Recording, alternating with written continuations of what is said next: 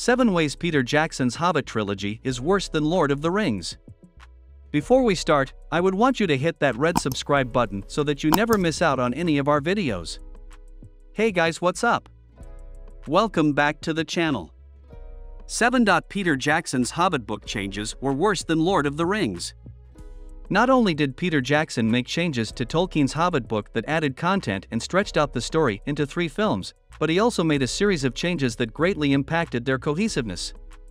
In The Lord of the Rings he removed filler such as the Tom Bombadil sequence, but in The Hobbit he added scenes involving new characters, like Tauriel, and crafted a love story between her and Keely the dwarf. These changes might have been fine had they felt like they were part of the same movies, but they simply distracted from the main storyline of Bilbo accompanying Thorin and his cohort to free Lonely Mountain from Smaug's grip. 6. The Hobbit's frame rate controversy explained.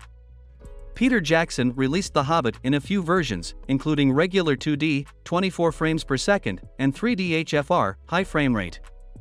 Most films are shot at 24 frames per second because it's just a little faster than what the brain can process and what the naked eye can take in, but shooting at 48 frames per second meant that the magical cinematic quality of the films was often robbed by an emphasis on realism versus an emphasis on immersion.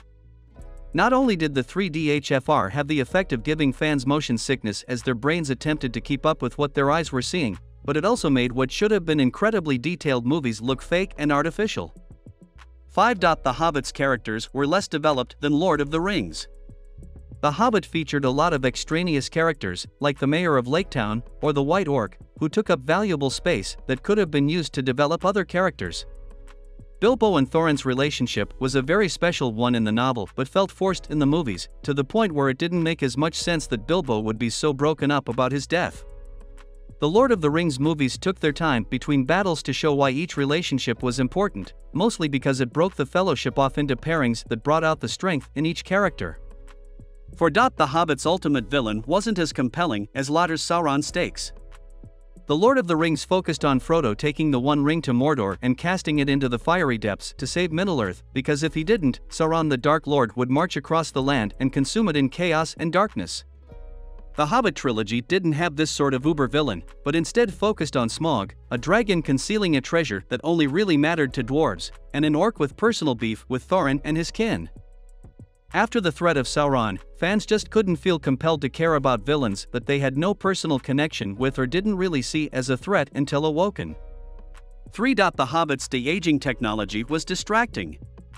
Today de-aging technology is somewhat commonplace, being used in movies like The Irishman and The Mandalorian, but back in 2014, the de-aging used in The Hobbit, The Desolation of Smaug, wasn't so refined. It was primarily used to make Legolas look as young as he did when filming the Lord of the Rings trilogy, but it did nothing for the fact that Orlando Bloom's body was different, that he sounded older, or that he moved more slowly than a nimble man in his early 20s. It became distracting whenever he appeared on the screen as fans searched for signs of the uncanny valley. 2. The Hobbit unnecessarily included original trilogy LOTR characters. Peter Jackson chose to provide some connective tissue to The Hobbit by including some original trilogy characters from The Lord of the Rings like Legolas. While the Prince of Mirkwood was alive and well patrolling his father's kingdom when Bilbo made his unexpected journey, he didn't have anything to do with it, and plunking him down into the story only served to undermine its own merit.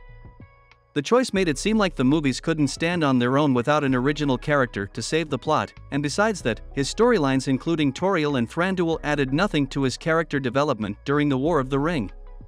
1. The Hobbit's Fellowship couldn't live up to Lauder's iconic and diverse group. The introductory scene involving dinner with Thorin and his dwarves before Bilbo's unexpected journey promised great camaraderie, but that was the last time all of their personalities truly shined. As the movies went on, only a handful of them were ever distinguishable from the others, whereas in The Lord of the Rings, every member was identifiable due to being an elf, a dwarf, a man, or a hobbit. Had more attention been paid to the new Fellowship of the Hobbit movies, they might have been heroes to cheer for rather than feel sorry for. This brings us to the end of our video. I hope you enjoyed it.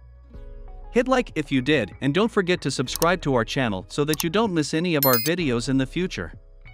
Also, watch the 2 videos that are on your screen because I'm sure you'll love them. With that, I'll see you in the next video.